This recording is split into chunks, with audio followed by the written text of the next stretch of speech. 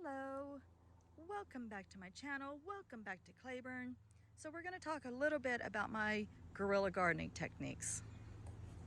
Yes, this is a video about strawberries and comfrey and widow's cross, sedum, but I'm going to show you how I got to this point. So many of you who have kept up with my channel know that this is the strip of land out in front of my property that is the county setback. Now, I don't have to maintain this. If I don't maintain it, the county will. They don't mow, they don't care about vegetation. They only care about trees. They don't want trees to interfere with the power lines. Okay, fair enough.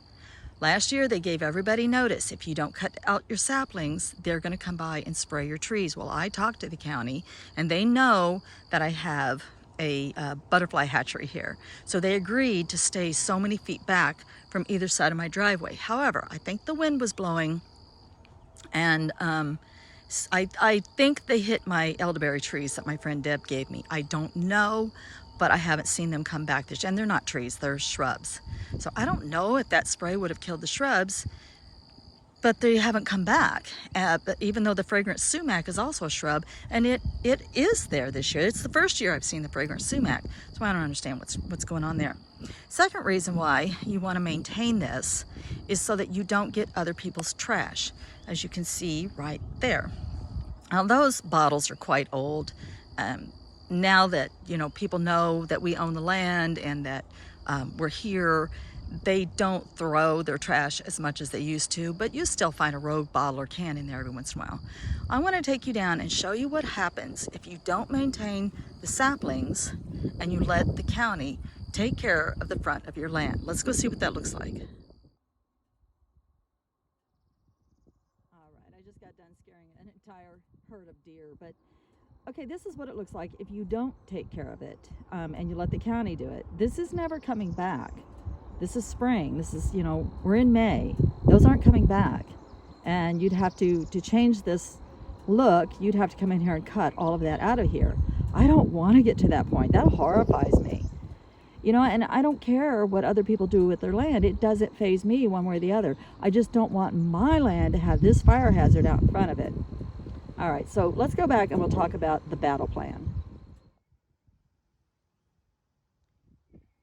So it's going to be windy again today. I apologize. So much like I did with the rainbow garden that you see here, we put in a lot of stuff that we can use, but we mixed in some natives that the wildlife can use. I'm not here to chase out wildlife. In fact, the only one I've displaced so far is a little ringneck snake, and I told him he's welcome to come back in any one of the gardens. So what I do is I'm tackling this 10 by 10, 100 square feet at a time. Well, I can't get as fancy in the rest of the beds as I did with this one, with the borders, because those 4x4s are not cheap right now. So it's just going to be landscaping fabric. That's it. And a plan. Every time I'm going to have a plan. So let me show you the plan with this one. Is I want to put my strawberries in here. I want to have a strawberry bed, but I don't want just a strawberry bed. So I have mapped out where everything's going to be, and in the center the strawberry beds are over here. I have 24 plants, 6 each, 3 different no, let me take that back. I have 24 plants, 3 varieties. It was 6 packs. I have 4 6-packs. So anyway, so I have 4 places marked out for strawberries. Okay, and then right in the center, we're going to put comfrey. My friend Deb also sent me comfrey, and I was wondering where I was going to be able to put it this year, and this is going to work out perfect. So this is humans, and then there's a plant that grows around here called widow's cross sedum. I think it's sedum pachellum or something like that is the real name. And I sent Deb some of the seeds, and she's going to try putting some in her. Don't molest the wildlife, BP. She said she was going to try to put some in her cactus garden, which is going to be really cool. So it's kind of native all over the United States, except, of course, Louisiana, Florida, and I think Illinois. For some reason, it doesn't grow there. But it's going to grow here in the corners. So I'll make little 1x2s in each corner for my wildlife, for my widow's cross sedum. And then, of course, we have the strawberries and the comfrey. And the reason why I map it out is so that I make sure I have ample space, that it doesn't just look like a hot mess. And because it already is a hot mess, and I'm trying to get it more organized and under control. So we won't be putting down the timbers. We will be putting down landscape fabric. I will be pinning it in place, and then we'll be putting these plants in just as I have mapped out right here. So let's put on our battle gear, which is gloves, button down long sleeve shirts, boots, what else? Insect repellent. That's it. Let's get started.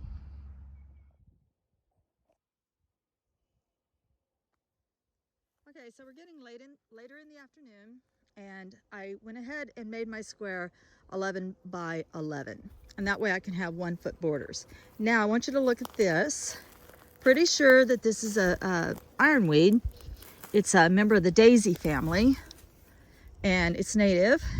So I'm going to leave this, even though it's going to be in the strawberry bed. I'm going to go ahead and leave this here. And appropriately, let me show you what else I found. A small patch of, this is all wild strawberry down in here. So yeah, so I'm just going to clean this up, and we're going to leave that too. And then I found at least 3 canes of wild blackberry that I can trim back, cage up, and leave. And that'll be great for us and or the wildlife. Let's get back to work.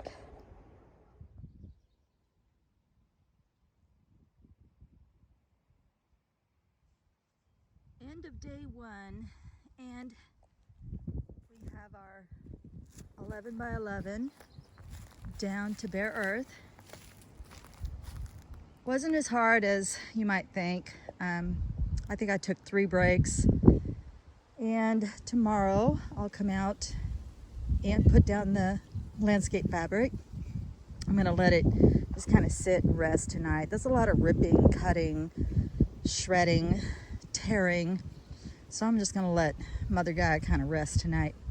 No surprises, no observable wildlife displaced, 1 broken beer bottle, and no surprise vegetation. So tomorrow we'll start anew.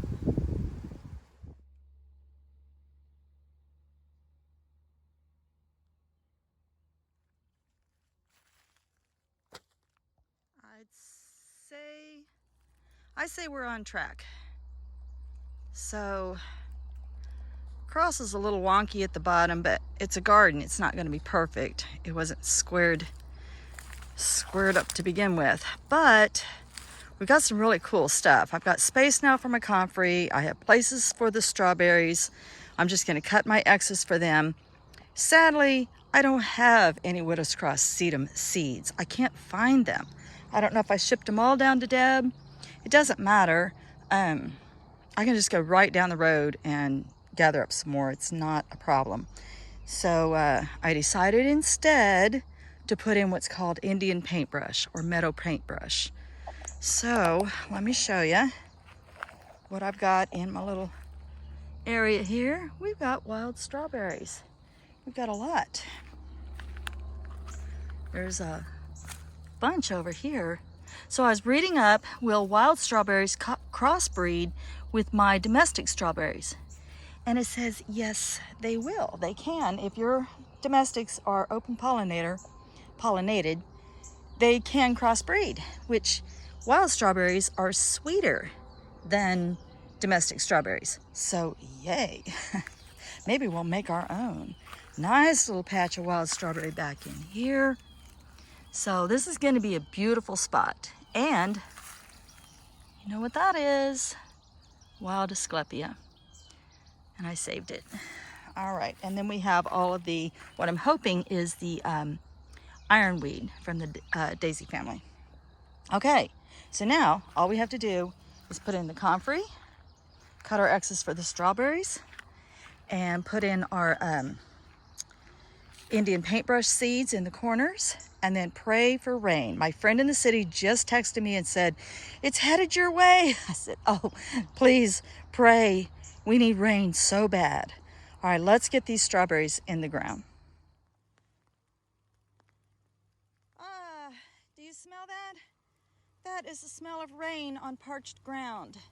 Thank you to everybody who sent prayers for us to get rain. It's finally getting a good sprinkle. We hope this stays up all night.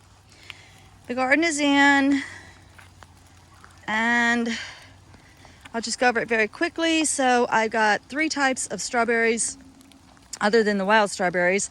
I have Jewel, Honey Eye, and Ozark Beauty. I wanted some June bearing and I wanted some ever bearing. I didn't want all my strawberries to come on at once. Of course, these aren't going to produce until next year. Doesn't that look cool? I love this.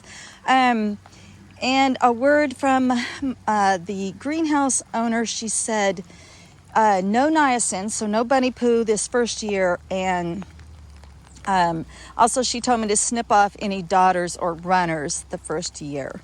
So it's all about the mamas. These are your mother plants. 24 little strawberries are so cute. And so it's all about them, the mamas getting big and strong and healthy roots. So this first year, it's all about growing the mamas. So I did end up putting Indian paintbrush in the corners. And my comfrey right down the center, which is going to be great. I love this garden.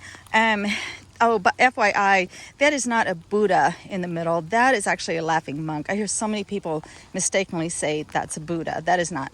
Buddhas actually are not supposed to sit directly on the ground because they are considered sacred. That is my laughing monk and my serenity stones. And I threw in some salvia just for a splash of color right now.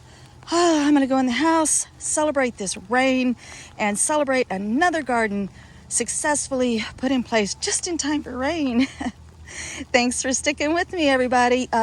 If you like the video, please hit the thumbs up. If you haven't subscribed, please do so already.